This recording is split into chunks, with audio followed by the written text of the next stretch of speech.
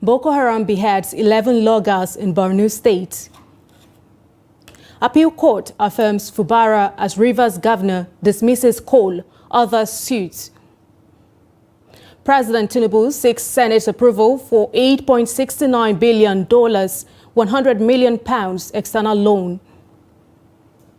On the foreign scene, all 41 Indian workers trapped in tunnel for 17 days rescued.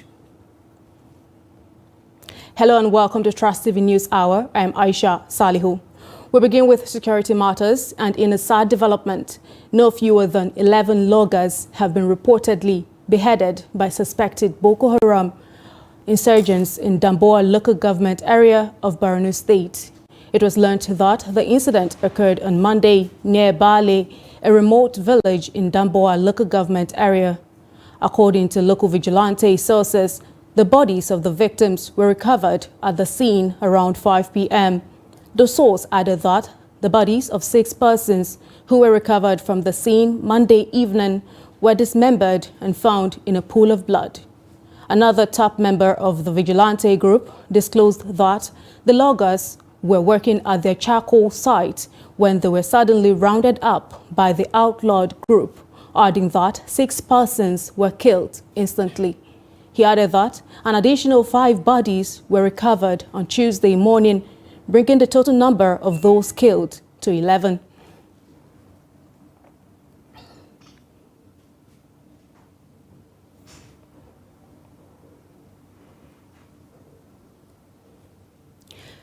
Still in Borno State, the state governor Babagana Zulum has pledged continuous support for the military in the fight against insurgency in the northeast region of Nigeria. He stated this during the operational visits of the Minister of Defense, the Chief of Army Staff, Chief of Naval Staff, and Chief of Air Staff at the Borno State Government House in Maiduguri. He noted that the military's success against terrorism, which led to the voluntary surrender of over 160,000 Boko Haram terrorists, showed the president's commitment to end insecurity and restore peace to the country. He further added that restoration of peace at the Lake Chad region will boost the agricultural potentials of the state and also achieve President Tinubu's food security initiative. Just when the state thought the episode of attack has ended, another attack by gunmen terrorizing the state resurfaced, leading to the death of a divisional police officer and 1 inspector of police. At a press release on Monday, the Imo State Police Public Relations Officer Henry Okoye affirmed that the intent. The Minister of Defense, Mohammed Badaru, says the ministry will develop more strategies to annihilate terrorism in northeast region of Nigeria. He said the president is committed to the task of ending insurgency and terrorism in the country. He stated this during an operational tour and assessment at the Mai Malari cantonment and other military facilities in Maiduguri. Trust TV's Bitrus Kurutsi has more. It is the first official operational tour of the Ministers of Defense with service chiefs to Borno State. The ministers and service chiefs are in the state to discuss military strategies that will enhance successive counter-terrorism and offensive operations against insurgency in the northeast region. They visited Giwa Barak and Mai Malari cantonment, where they held a closed-door meeting with senior officers of Operation Hadinkai and officers of other formations. The Minister of Defense, Mohammed Badaru, who addressed journalists after the meeting, said there is need for improvement in the fight against insurgency, adding that the president is committed to ending insecurity in the country. And we have learned and we have talked, and God's willing, we will develop more strategies to engage more and do more to end the insurgency and terrorism. How long will that take? I'm sure in no distant future. Yeah, we are working very hard, and you know, you have seen that things are improving gradually. The minister also addressed troops of Operation Hadinkai and security agencies at the Malari cantonment. He informed them that their welfare and mental and well-being will be prioritized. He added that plans are underway to procure military equipment to enhance their capability in the war against terrorism. Negotiations are already on for the acquisition of more MRAPs, aircraft, advanced communication system, and other relevant platforms. Recognizing the toll this operation has taken, we are investing in programs to support your physical and mental well-being because your health is critical for the success of our mission. Continuous training and professional development opportunities are being prioritized to ensure you are well equipped for the evolving challenges of counter-terrorism and counterinsurgency. His Excellency President Bola Ahmed Tinubu deemed it essential to include our fallen heroes and families in the recent conditional cash transfer for the federal government, and also deemed it necessary to pay all the outstanding liabilities on the cost of insurance of the fallen heroes and the liabilities therein. It is expected that the visit of the ministers and service chiefs in the state will yield results in the fight against insurgency in the northeast. Bitrus Kuruti, Trust TV News, Maiduguri. To give us an update of the security situation and all of the security stories emanating from Borno, we now have joining us by phone call Hamisu Matazu, who is Daily Trust Northeast Bureau Chief, to give us his take on the situation. Hamisu, what is going on in the Northeast? Gruesome murder of 11 loggers, 6 on Monday and 5 on Tuesday morning. Is this a sign of the resurgence of Boko Haram activities in the Northeast? This cannot be far from the reality that is happening in Borno and in the entire northeastern part of the country. Because looking at the spike of attacks that usually happen here, even the killing of the loggers was not the first time. It had happened again and again. Because even last 2 months, similar attack happened in Mobar, in Mapa local government area of Borno State, where about 14 loggers were killed in similar scenario. They were killed, they were slaughtered. So I think we can say that is a resurgence, and it may interest you to know that according to media report we compiled just between 14 to 30th of June 2023, you will be surprised to know that about 36 innocent people, mostly farmers, were killed within that period. So we can easily say that yes, there is resurgence of killing in the northeast. Okay, so let me come right in now. What exactly is the motive of the insurgents? I mean, what messages are they trying to pass with these wanton killings? Well, we can say that the message that the insurgents are passing may not be far from one to instill fear into the heart of people that usually encroach their territory, because everybody here knows that there are places, there are no-go areas. Sometimes it may not be as far as 2 kilometers away from towns and cities within this axis.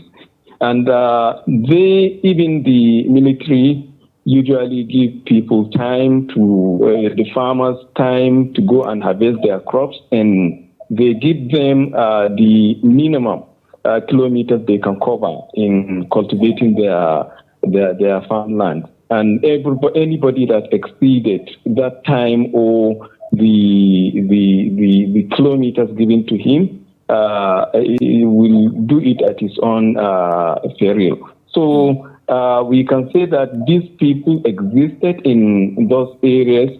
The government knew, the military knew about them, but to our surprise, nothing much has been done. Maybe to annihilate the insurgents around those areas. Okay, so from what you're saying, I understand that you're saying these insurgents are still trying to show supremacy and more relevance in the region. Now, I'd like to know, you did talk about what government is doing, but I want to ask you, has any of these killers been apprehended so far?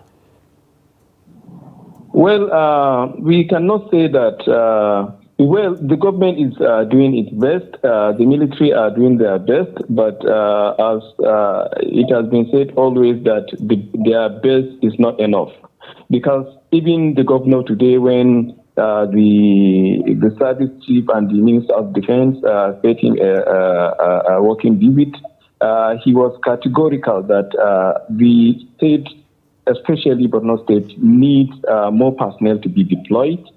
Because he was saying that deploying more personnel to Northeast and Borno in particular is very critical, considering that Borno State borders about 3 countries, Niger, Chad, and Cameroon. And he expressed apprehension over the influx of light arms and the ISWAP terrorists into the country to Sahelian region. He said that if the military can deploy more personnel, they can be able to man the area and prevented the influx of light arms and ammunition, which to him that can prevented the increase in the attacks in the area in the country as a whole. Now, I understand you just talked about the visit of the Minister of Defense, which is Badar Abubakar, but I'd like to know, these insurgents, these repentant fighters, how true are reports that the repentant fighters, because I know we still have, apart from the insurgents that are still carrying out the activities, we have some of the repentant fighters. How true is it that they are thinking of returning to the bush? There are media reports over this for quite a long time.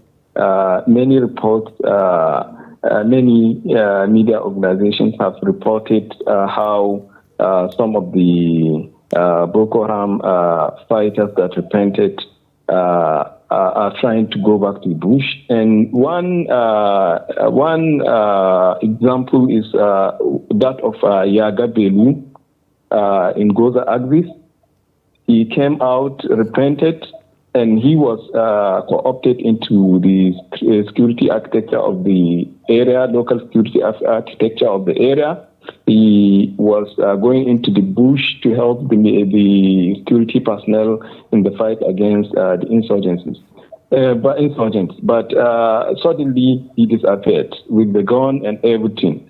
And his disappearance increased the number of attacks on the security operatives in the area and people around that axis. And even there were complaints from the people there. There were complaints from the traditional rulers, and even some government officials complained about how those people have constituted a threat to the war against the insurgency in the axis. We do hope that peace and normalcy is restored back to Borno State. Thank you so much for speaking with us, and ensure to stay safe. Hamisu Matazu, Daily Trust Northeast Bureau Chief. Thank you. And now moving on to more stories and still on security matters. Suspected bandits in the early hours of Tuesday killed 2 farmers in the Yantgu Special Development Area of Taraba State. According to the immediate past member representing Usa local government area in the State House of Assembly, Habila Timothy. The farmers are from the Kwangbo village. He said the duo went to their farmlands in Kwambai, a border town between the local government and the development area. But the spokesman of the Taraba Police Command, Abdullahi Usman, said they were still expecting a report from the incident. He, however, assured that measures are in top gear to rid the state of bandits. Now, troops of Operation Safe Haven on Operation Hakorin Damisa 4 have arrested 58 suspects in connection with various crimes within the last 1 week and neutralized 1 terrorist. A statement from the operation says of the 58, 9 were arrested for kidnapping, 5 for dealing in arms, 9 for murder, 4 for farm destruction, 18 for suspected banditry, 12 for drug peddling, and 1 for cattle rustling. A total of 103 cows and 40 rams were recovered. Additionally, 3 kidnapped victims were rescued, 7 attacks on vulnerable communities deterred, and 5 distress calls promptly responded to. The victims were rescued at Tenti village in Barikin Ladi local government area of Plateau State. All arrested suspects are currently undergoing interrogation. News of the arrest of 18 suspects in connection with the killing of a police DPO and an inspector of police at Ahiara Junction in Mbiaise has sparked reactions among residents of Imo State. While some are sympathizing with the police over the killing of the officers, others are commending their prompt action towards apprehending the perpetrators. In this report, Ajibade Praise spoke with a conflict resolution expert on some of the controversies surrounding the incident. Just when the state thought the episode of attack has ended, another attack by gunmen terrorizing the state resurfaced, leading to the death of a divisional police officer and 1 inspector of police. At a press release on Monday, the Imo State Police Public Relations Officer Henry Okoye affirmed that the intense combing of the area is ongoing, adding that a total of 18 suspects have been arrested and currently undergoing investigation. This, according to Chilos, is totally out of place. The incident was very much unfortunate one because we have lost a whole lot of police personnel in this kind of attack, by non-state actors in the state. But I also think that the police need to change their strategy and the police need to reconduct themselves so they can be more friendly with the citizens rather than allowing the citizens see them as enemies of the people. Because when the attack took place, it was very much unfortunate. It was on Monday. Good. It took place. People don't like it. The Commissioner of Police in the state, CP Danjuma Aboki, who visited the scene, extended his condolences to the families and relatives of the deceased officers and vowed that no stone will be left unturned in ensuring that the perpetrators are made to face the full wrath of the law. Although everyone wants perpetrators to be held accountable, Chilos says the process should be carried out with utmost professionalism, with respect to the rights of innocent citizens. Now, we learned that the police have arrested 18 people and now immediately tagged them as members of the Eastern Security Network. How did they get to that? Why was the arrest instantaneous?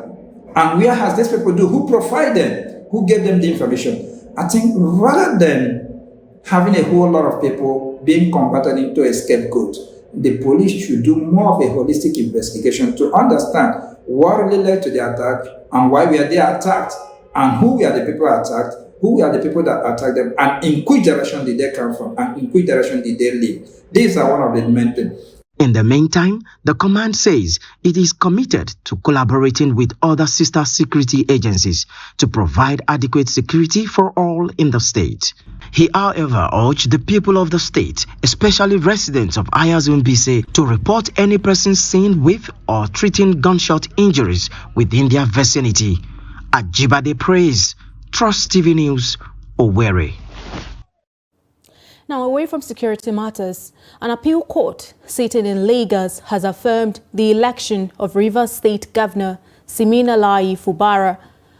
The court, in a in a unanimous decision, affirmed the judgment of the Election Tribunal dismissing 4 separate appeals filed by Tonye Cole of All Progressives Congress, Beatrice Itubo of the Labour Party, Innocent Eku of the Allied People's Movement, and Lulu Briggs Dumo of the Accord Party. The Rivers State Governorship Election Petition Tribunal had in October dismissed the petition of Cole challenging the election of Fubara as the governor of the state, on the grounds that the APC that sponsored Cole had withdrawn the petition against Fubara's victory. Not satisfied with the tribunal's victory, the APC candidate approached the appellate court.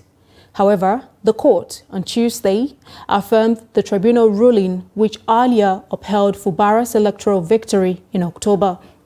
The court held that all the appellants failed to prove the allegation of non-compliance with the Electoral Act. The Court of Appeal in Abuja has affirmed Kefas Agbo of the People's Democratic Party as the duly elected governor of Taraba State. Delivering judgment on Tuesday, the appellate court dismissed the appeal filed by Muhammad Yahaya and the new Nigeria People's Party for being defective. Justice Peter Afeng, who delivered the lead judgment, faulted the appellants for transmitting an incomplete record of appeal which cannot be heard. In the meantime, Governor Agbo Kefas of Taraba State has described his victory at appeal court as a victory to the people of the state. Again, the Court of Appeal sitting in Abuja has sacked the Deputy Speaker of the Bauchi State House of Assembly, Jamilu Umaru Dahiru Barade of the People's Democratic Party. The 3-man panel of justices in its judgment on Monday nullified the judgment of the Bauchi State House of Assembly Election Petitions Tribunal, which had initially confirmed Barade as the duly elected representative for Bauchi Central State constituency. Consequently, the panel ordered rerun elections in some polling units in the constituency, where the appellant Aliyu Abdullahi Ilela of the All Progressives Congress alleged overvoting.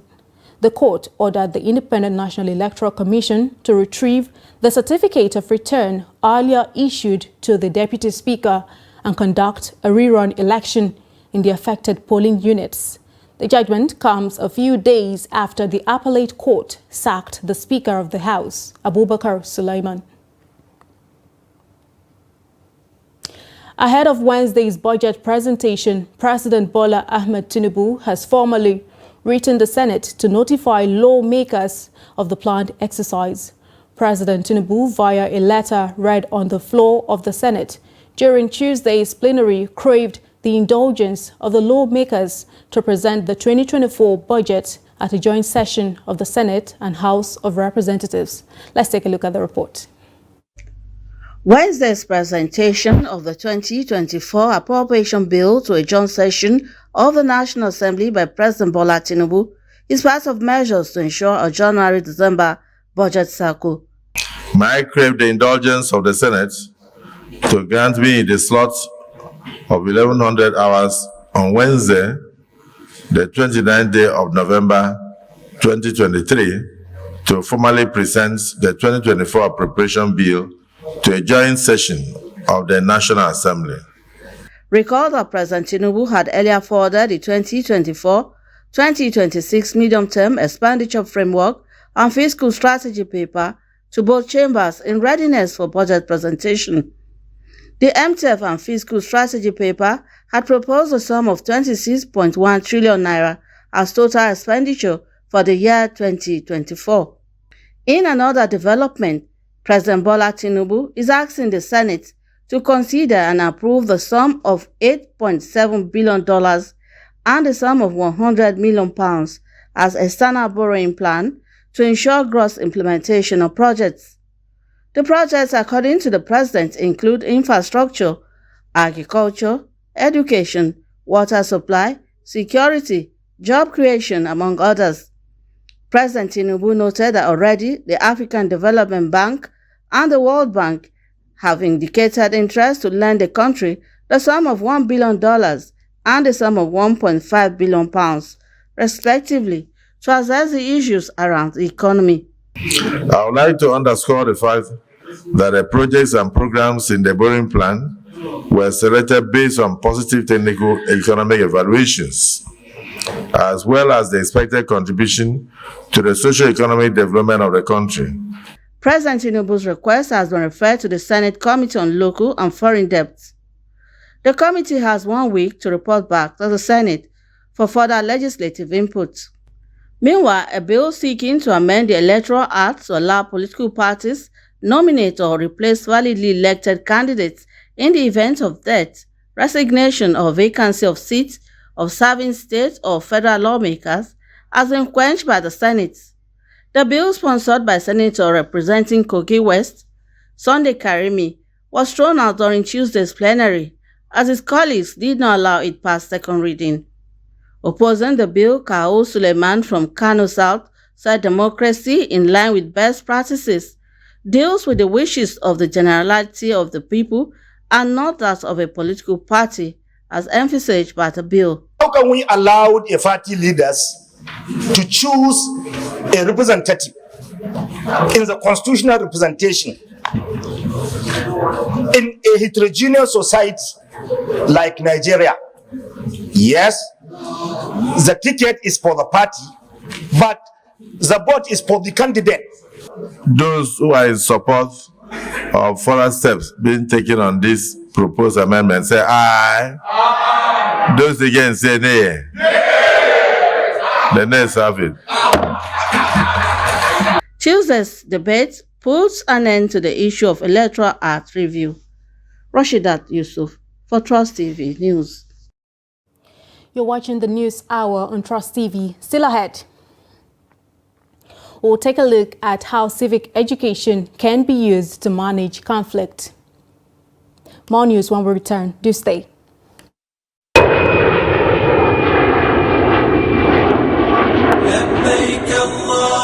If you desire to fulfill your Hajj obligation but cannot afford to pay at a go, you need not to worry anymore. Jaiz Bank PLC, in collaboration with National Hajj Commission of Nigeria, NACAN, and the State Pilgrims Welfare Boards have jointly introduced Hajj Savings Scheme to help you fulfill your wish. Whether you're a cattle rearer, a farmer, a petty trader, or a parent who wishes to start saving for their children and be getting profit at the same time, this scheme is for you. Visit any of the Jaiz Bank branches or Hajj Commission offices nearest to you to enroll, or go to www.hajsavings.jaizbankplc.com to register. For further information, contact info@jaizbankplc.com or call the number 070-077-30000.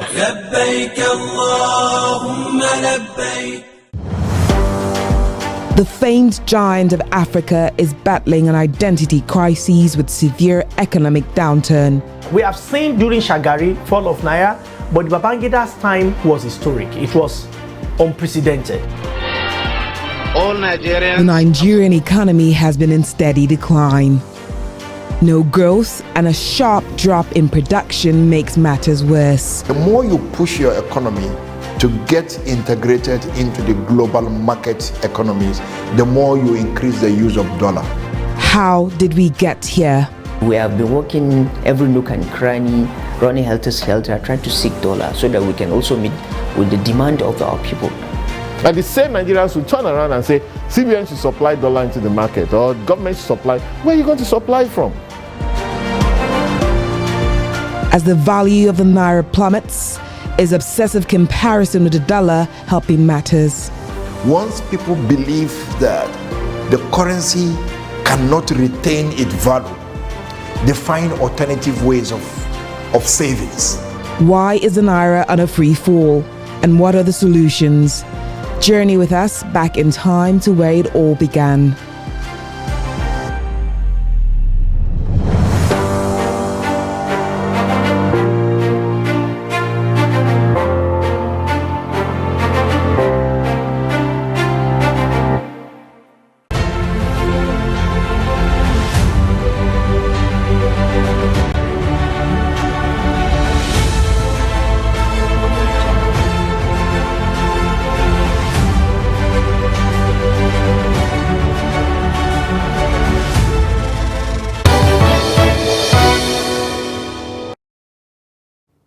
Welcome back and thank you so much for staying. If you're just joining us, this is the News Hour on Trust TV. Now let's take a look at a recap of some of our top stories. We told you that Boko Haram beheads 11 loggers in Borno. Plus, appeal court affirms Fubara as Rivers governor dismisses Cole, others suit. Moving on, trial of former central bank governor Godwin Emefiele for alleged procurement fraud commenced at the Federal Capital Territory High Court on Tuesday, with the anti-graft agency calling 3 witnesses. Emefiele is being tried for fraud in the sum of 1.6 billion naira for the procurement of luxury vehicles and given corrupt advantage to one Saadatu Yaro, a staff of the CBN. The report. The Prosecution Counsel, the Economic and Financial Crimes Commission, informed the court of 3 witnesses to testify at the Tuesday's proceeding. The witnesses were led in evidence by counsel to the Economic and Financial Crimes Commission and counsel to the defendants. Both counsels tendered evidence before the court in respect of the Emefiele's count charge. The witnesses were Roman Samsudeen from the Corporate Affairs Commission, Remi Jaios, a compliance officer from Zenith Bank, and Oluwole Owoye, Deputy Director, Banking Services, who also doubles as Secretary, Contract Tender Procurement Committee of the Central Bank of Nigeria. All the 3 witnesses informed the court that the Anti-Graft Agency, Economic and Financial Crimes Commission, wrote to their respective establishments on the sum of 1.6 billion naira for the procurement of luxury vehicles and giving corrupt advantage to one Saadatu Yaro, a staff of the CBN. Owoye, who had earlier pleaded with the court through his counsel to render his evidence off-camera, explained to the court the procedures for procurement at the Central Bank of Nigeria. He explained to the court that the contract in which the former Central Bank of Nigeria's governor is being prosecuted for was approved by the Procurement Board and never enjoyed the approval of the Contract Tender Procurement Committee, where he was a secretary before he retired. The case has, however, been adjourned till January 18th and 19, 2024 for continuation of trial.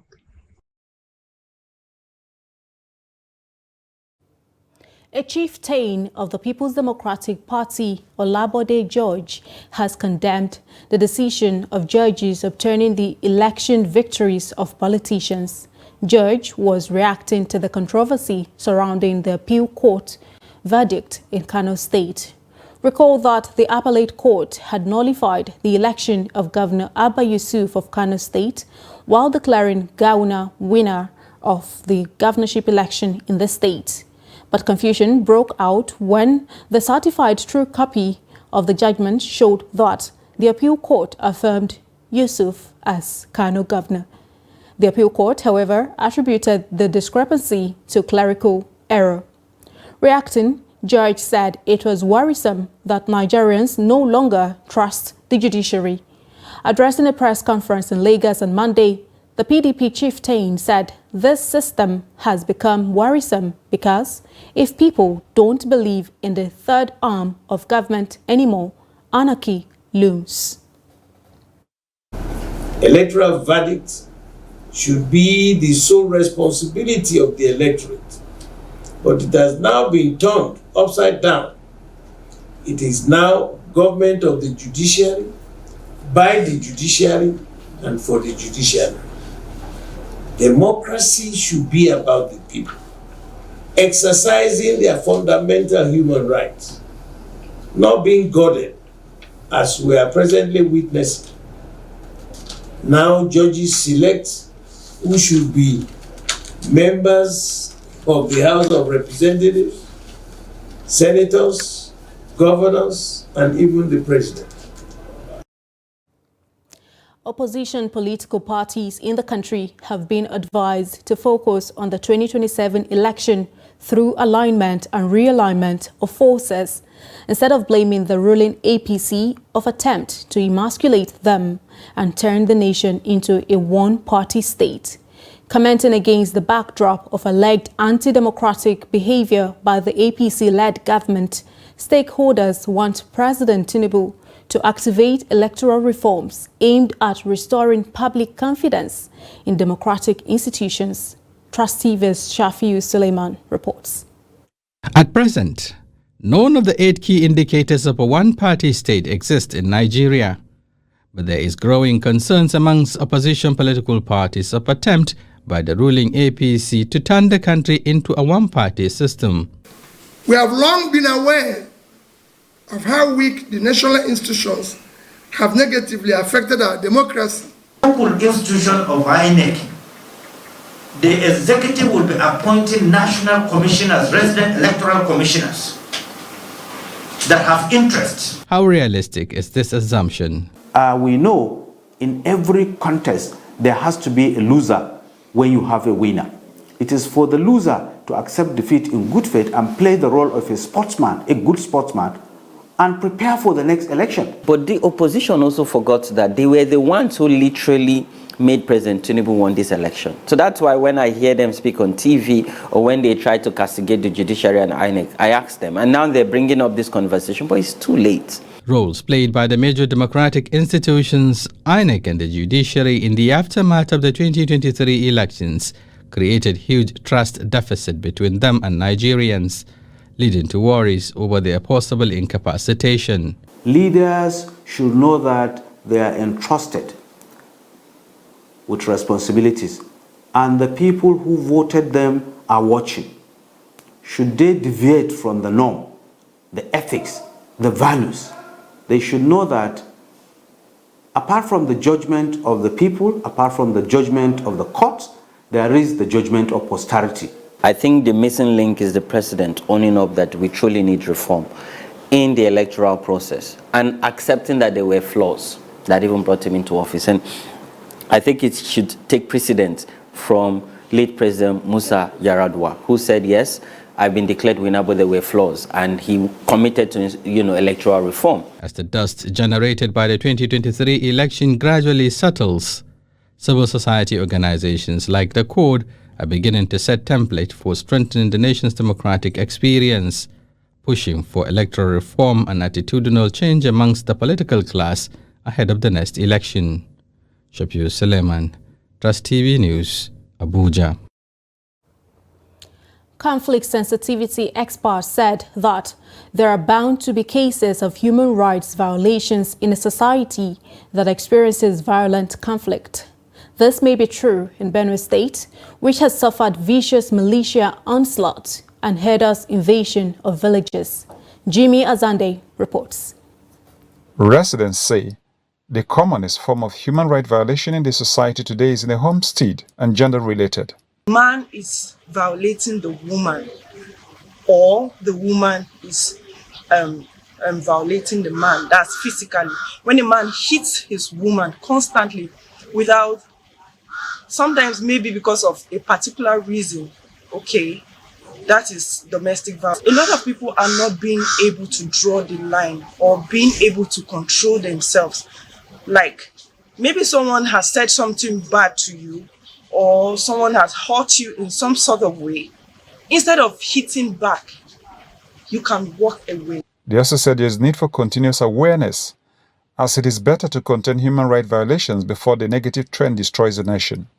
So if care is not taken, if the public is not properly educated, certainly this injustice will continue on a daily basis, and will continue to lose people of which they will be of influence. They will be a blessing to the society. This menace has to be corrected. Government should intensify efforts in educating the public, because majority of the public are still operating under the windows of this ignorance. Media experts said journalists can play a vital role in this regard if properly coordinated. The media may serve as a bridge between the community and the security actors in monitoring and enforcing and in reporting these cases, so that as much as possible we can hold people accountable or responsible for what they have been mandated to do by law, which is protecting and enforcing human rights. While the nation suffers terrorism, banditry, militia onslaughts and other criminality, Makurdi residents say cases of human rights violations are underreported, even as victims continue to suffer fatal or emotional attacks on a daily basis. Jimmy Azandi, Trust TV News, Makurdi. Leadership of commercial motorcycle operators in Jigawa has tasked riders on use of reflective jackets amidst government ban of all motorcycles between 10 p.m. to 6 a.m. as part of efforts to address insecurity in the state. Chairman, Commercial Motorcycles Association Abbas Abdul Qadir made the statement while talking to Trust TV at the state capital on the development. Adamu Imam completes the report. Recently, the Jigawa state government has announced the ban of all activities of commercial motorcycles known as achaba, as well as private users across the state from 10 p.m. Against this background, the leadership of the association reminded their members who are yet to register to come forward and urgently comply with the government directives to avoid being victimized. We are working with security agencies to maintain peace and stability in the state.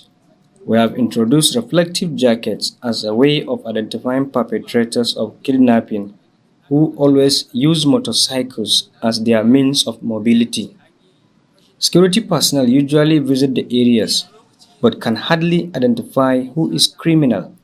That is why we urge our members to quickly distinguish themselves through registration and use of reflective jackets. We are in support of this move by the state government because it is for our own good. In other neighboring states, commercial motorcycles have banned completely. If they had introduced measures to sensitize the business, maybe they would have still been in operation. So we welcome the move. Some residents of Dutse, the state capital, also expressed divergent opinions on the ban, and they are coping. Bike is not working and tricycle is also not working. So please, we are calling on the government if they can try and look into it so that people can be free and do some things before at least 11 days to adjust it. They should start from 11. Meanwhile, the joint security operatives have already commenced prompt visibility patrol within the state capital to ensure full enforcement of the ban. Adamu Imam, Trust TV News, Jigawa. You're watching the News Hour on Trust TV. The news continues after the break. We started manufacturing leather since 1958. But the most important thing is that if the system is checked correctly, we won't have where we are now. If somebody has depression, they may just be very irritable and unproductive in the office. So you find on average already about 1 in 4, 1 in 5 Nigerians already have a mental illness, a mental health condition that needs some form of attention. No matter how good an economy is, if the federal government goes bust, believe me, everything in the economy is just a matter of time it will go bust. So first of all, about maybe slightly above, below 70% is in federal government securities. If government has banned importation of fertilizer and states are doing it at the level of governance, but I believe that production and distribution of fertilizer should be left to the private sector. This is the general multi-purpose card and it has a chip here. So this chip is about 80 kilobytes. The one that you get from the bank for ATM is just 4 kilobytes. So this is like 20 times.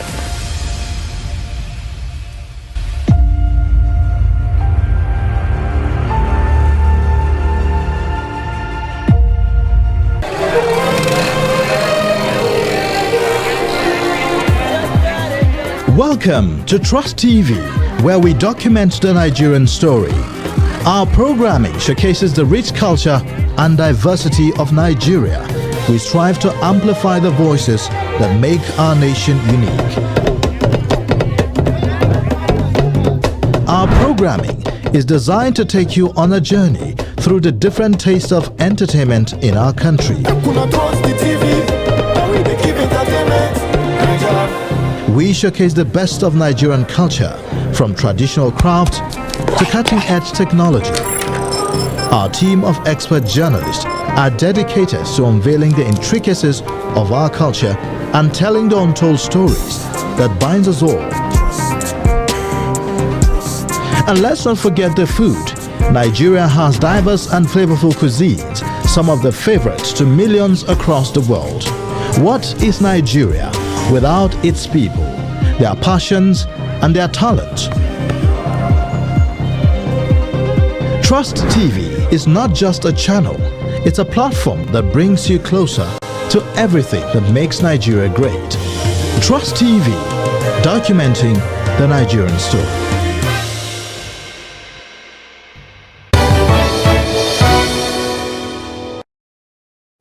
Welcome back. And now in business, Nigeria recorded 226 crude oil theft incidents in 1 week between November 18 to 24. This is according to data from the official X account of the Nigerian National Petroleum Company Limited. During the highlighted period, that is November 18 to 24, various crude oil theft activities were identified across several states in Nigeria's oil-producing states. In Abia and Rivers states, 39 cases of illegal connections were recorded. Additionally, 77 illegal refineries were uncovered and destroyed in Rivers, Delta, Bayelsa, and Imo states as part of efforts to curb unauthorized refining operations. Meanwhile, 21 instances of pipeline vandalism were detected in Rivers and Delta states. The federal government has approved 3 billion naira for airport scanners. This is in a bid to reduce multiple agencies involved in manual bag checks at the airports.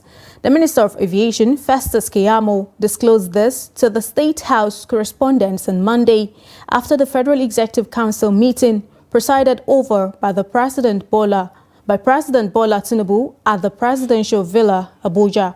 He said the proposed solution involves the supply and installation of state-of-the-art customized explosive and narcotic detection screening systems.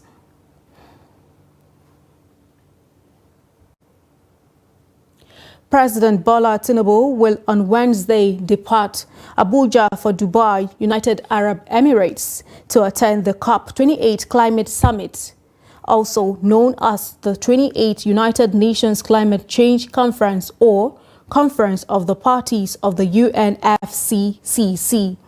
COP28 are the World Leaders Summit, which takes place on December 1 and 2, 2023, under the theme Unite, Act and Deliver.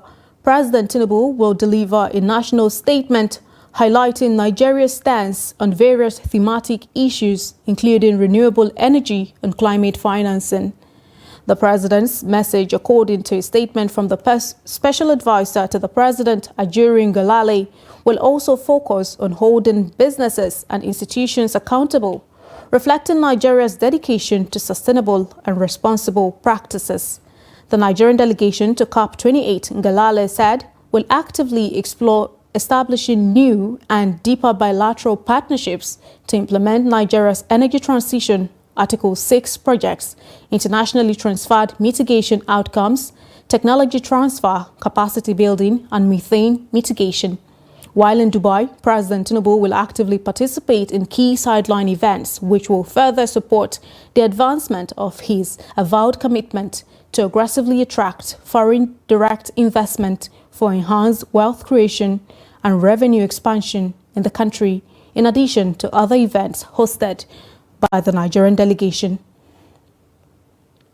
And away from Nigeria, all 41 construction workers who were trapped in a collapsed mountain tunnel for 17 days in northern India have been brought to safety hours after rescue crew drilled through the debris of rock, concrete and mud to reach them. Following days of multiple rescue attempts that hit obstacles just meters from reaching the men, they were eventually pulled out on Tuesday on wheeled stretchers through a 90-centimeter wide steel pipe in the Himalayan state of Uttarakhand. The final phase of the delicate operation was completed in about an hour. The laborers, low-wage workers from some of India's poorest states, had been struck in the 4.5-kilometer tunnel being built in Uttarakhand since it caved in early on November 12. The intricate and painstaking efforts to get them out had been closely watched across the country for days. Chief Minister Pushkar Singh Dhami, the state's top elected official, met some of the workers before they were taken to hospital, presenting them with traditional marigold garlands. Still on the foreign scene, an elevator carrying workers to the surface at a giant South African platinum mine plunged out of control, killing 11 and injuring 75. The mine operator said Tuesday. Impala Platinum said the devastating accident happened on Monday at its Rustenburg mine northwest of Johannesburg, as more than 80 employees were leaving a shaft at the end of their shift.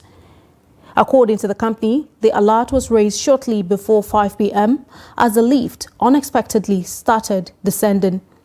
The company said 75 injured workers were transferred to local hospitals and admitted for treatment, while rescue operations had been completed and all 86 employees involved accounted for.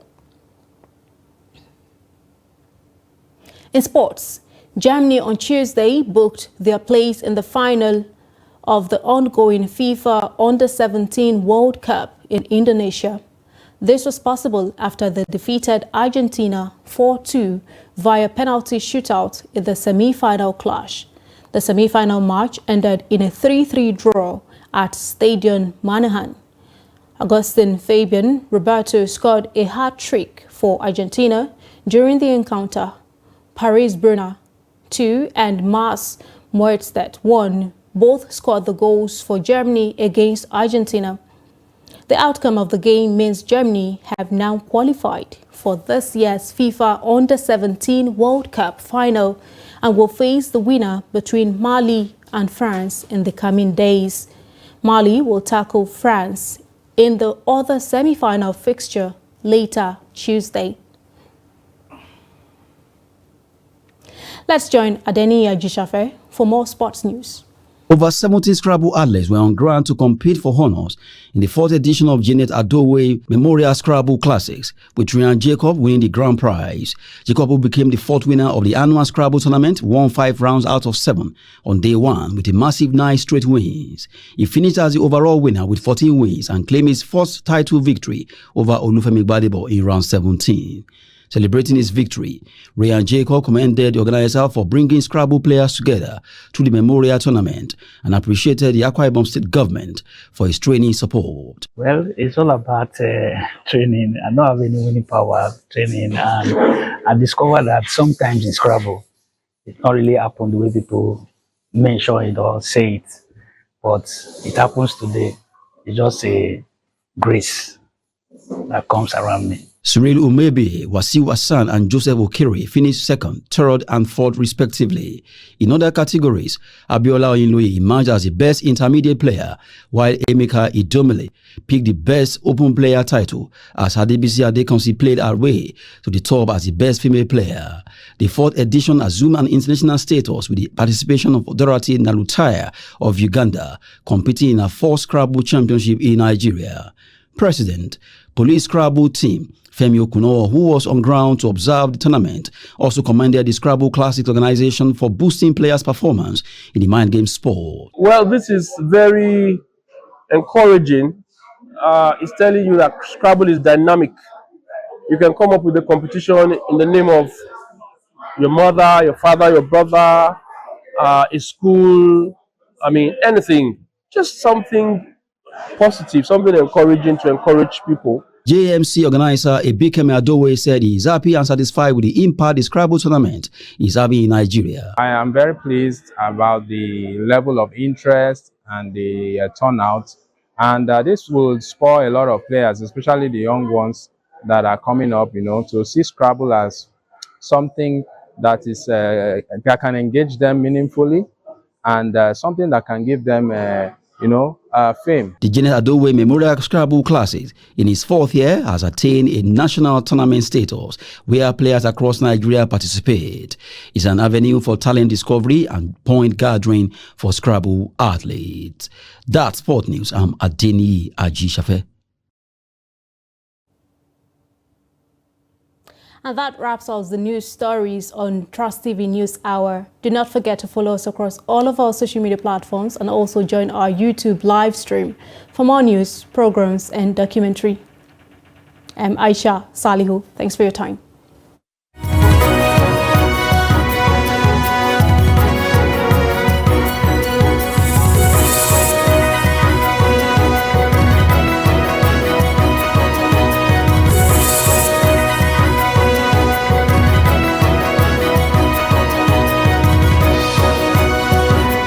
From the Daily Trust News Center, this is the News Hour.